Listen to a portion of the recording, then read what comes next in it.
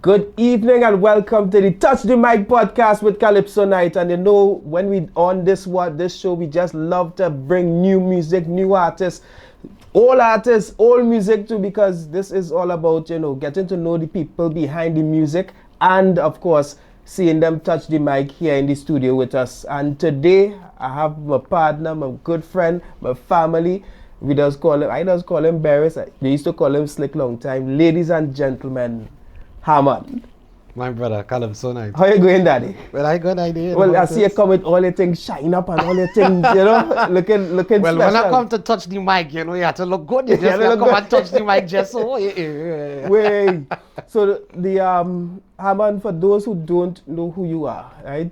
Give us a little bit of your backstory, where you come from, how long you're singing, the type of music you sing, and bring them up to speed now. Well, all right. Well, my name is Hammond Bruce. Mm-hmm. I've been singing Calypso since about 12, but the first actual encounter I had with Calypso was a performance I see the Lord Kitchener was doing right where his statue is there right now. Serious? It was me and my mom was watching a carnival show and I disappear. I let go she hand. And when she find me, somebody leave the child in front of the stage. Oh, I saw on the stage. I'm watching Kitchener. I was so amazed. I was so amazed. I say, oh gosh, why I had to do that. I love it. You had to do that. Yeah. But it ended up just being like a thought in my mind, but I was singing and my mom actually, for the first time, she entered me in a school competition in Sandy Granny Junior Sec. Wait, so from that time, now I know you as a crooner, right? A proper singer.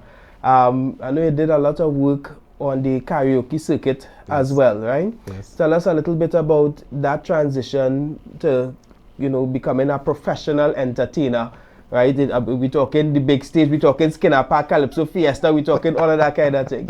How you went from, what was the journey like in that early period? Well, the early period, I always wanted to do something nice and singing sweet and smooth and thing. So I do so when I watch other singers like Baron, I say, I like how them fellas singing, boy, it's singing nice. So you could sing Calypso and sing it sweet. And then I hear a Sparrow song, the song that he sang and was big in Europe. Why do I keep fooling myself? Yeah. Because I see what I could sing and things. So that's how I end up liking it and I'm transitioning to it. Into that.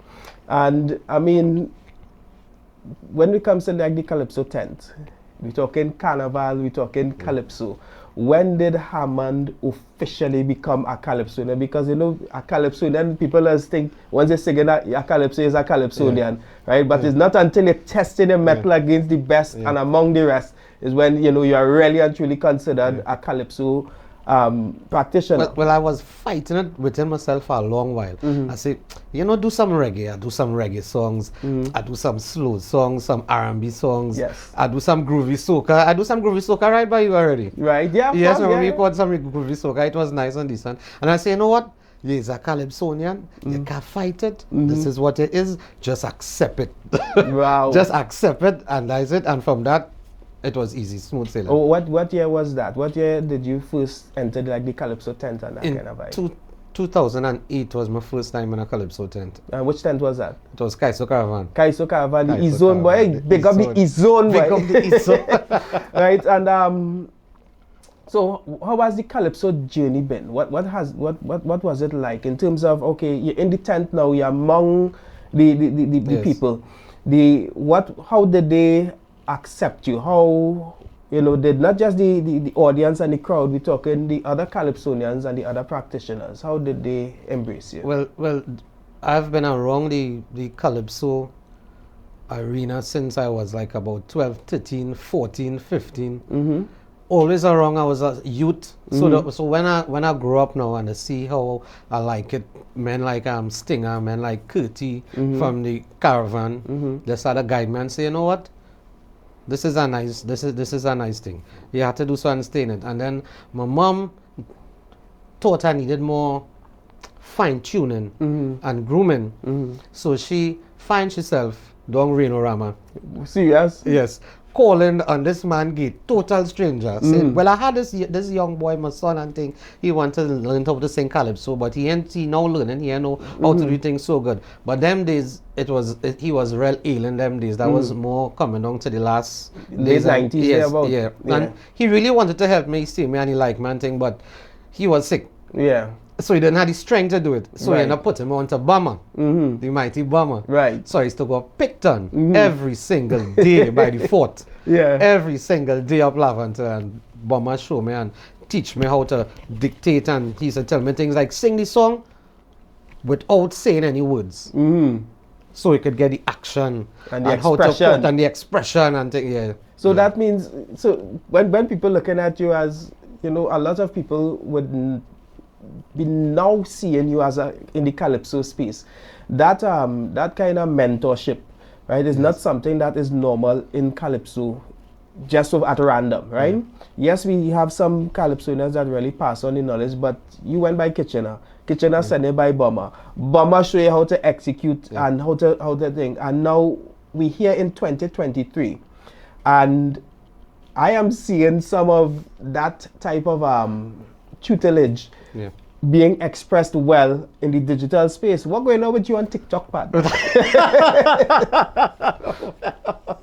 Well, actually, I do so, Alice. You give me some advice. You give me some advice. You say, Hammond, if you like this thing, I'll take it serious and you have to build your brand.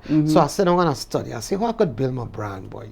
How I could build my brand? What is my brand? So I started reflecting on myself. What is my brand? So I look back at all my music that I make over the years, and I realized that wasn't me.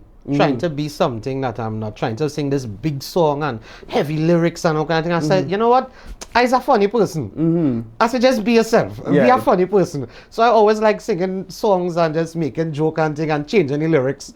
So I end up doing it one day and post it on TikTok. And it blew up. Everybody like listen to an excellent and to an excellent. Right. Well, that was it. So the song this year, right? 2024. Right, yes. 23 into 2024. Yes. Right, you're now selected as a finalist for the Young Kings competition. Young Kings, yes. Right, congratulations on that. Oh, thank you, my brother. Tell us a little bit about that selection, because we see in the content and the little music video doing well online, and people really enjoying the piece of work and how it was crafted. Tell us a little bit about that song. Well, actually, how I wrote that song. What's the name of the song? The name of the song is Trinidad is Not a Real Place. Right. Tell me how you write it now. I look at myself as an artist. I say, Hammond, you only want to sing, I said, a big tune, big tune, big tune. I say, you want to sing international songs. I say, it's not an international artist. You're not coming up here as a neighborhood artist. So sing a neighborhood song. Sing things that affecting you personally. So I started, when I'm driving wrong, I started watching and thinking, I said, gosh, boy, this road and I'm so bad all the time, boy. Every time I go, but the police stand up, they want to get. So that's how I get the inspiration for the song.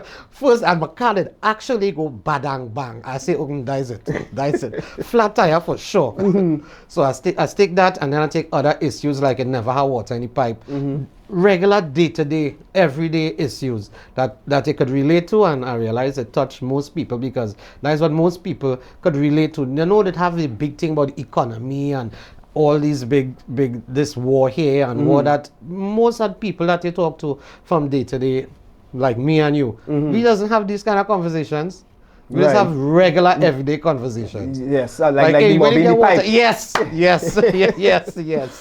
All right. So the song, when was it released? It was officially released on December 25th. On December 25th. Yes. And you already went out to audition at the 10th with it. You already went out to audition for the Young Kings with it, and you have been successful. So you're on the cast of the Calypso Caravan 2024. Yes. You're in the Young Kings final. Yes. And all I want to hear something right now, Hammond is going to touch the mic with the song Trinidad is not a real place. There we go.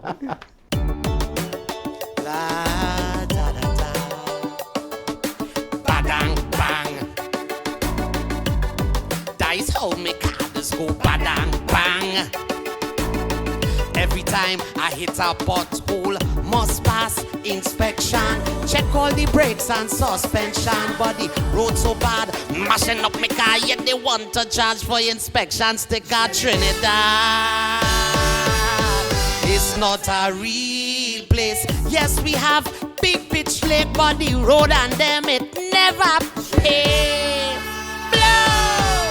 It's not a real protest for that you would never see unless it's ketchup in KFC. Hey! It's not a real place.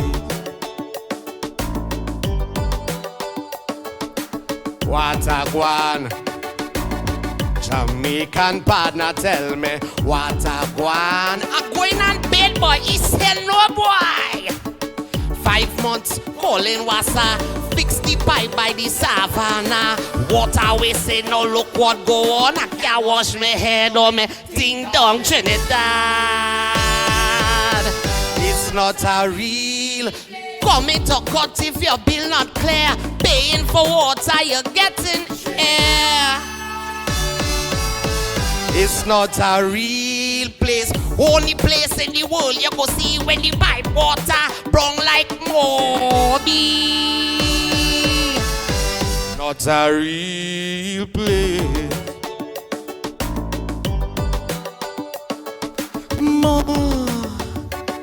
If you hear me gas tank ball, but I done already put in all. No free drop again. This thing making me shame. Ever since the subsidy pass, even Trinidad killer shut down for years. It's not a can't afford gas too high, best I buy a horse and learn to ride. Giddy up, giddy up. Used to think God was Trini. I feel he moved to our next country. He migrates Venezuela. Not a real place. Bodo, bo. That's the sound of gunshot, bodo, bo. Right now, Trinidad hot, top 10 world ranking with crime. Nowhere safe because of them slime. Murder, robbery and crime. Look the thief, me jockey shorts off the line. No, boy. The Minister of National Security says it's not he work to fight crime for we. Hey! It's not a real blessed land. It was so nice. Heaven on earth, a sweet paradise. It's not a real place. Oh yeah. Oh yeah, oh yeah. It's not real. Oh yeah. Oh yeah, oh yeah. It's not real.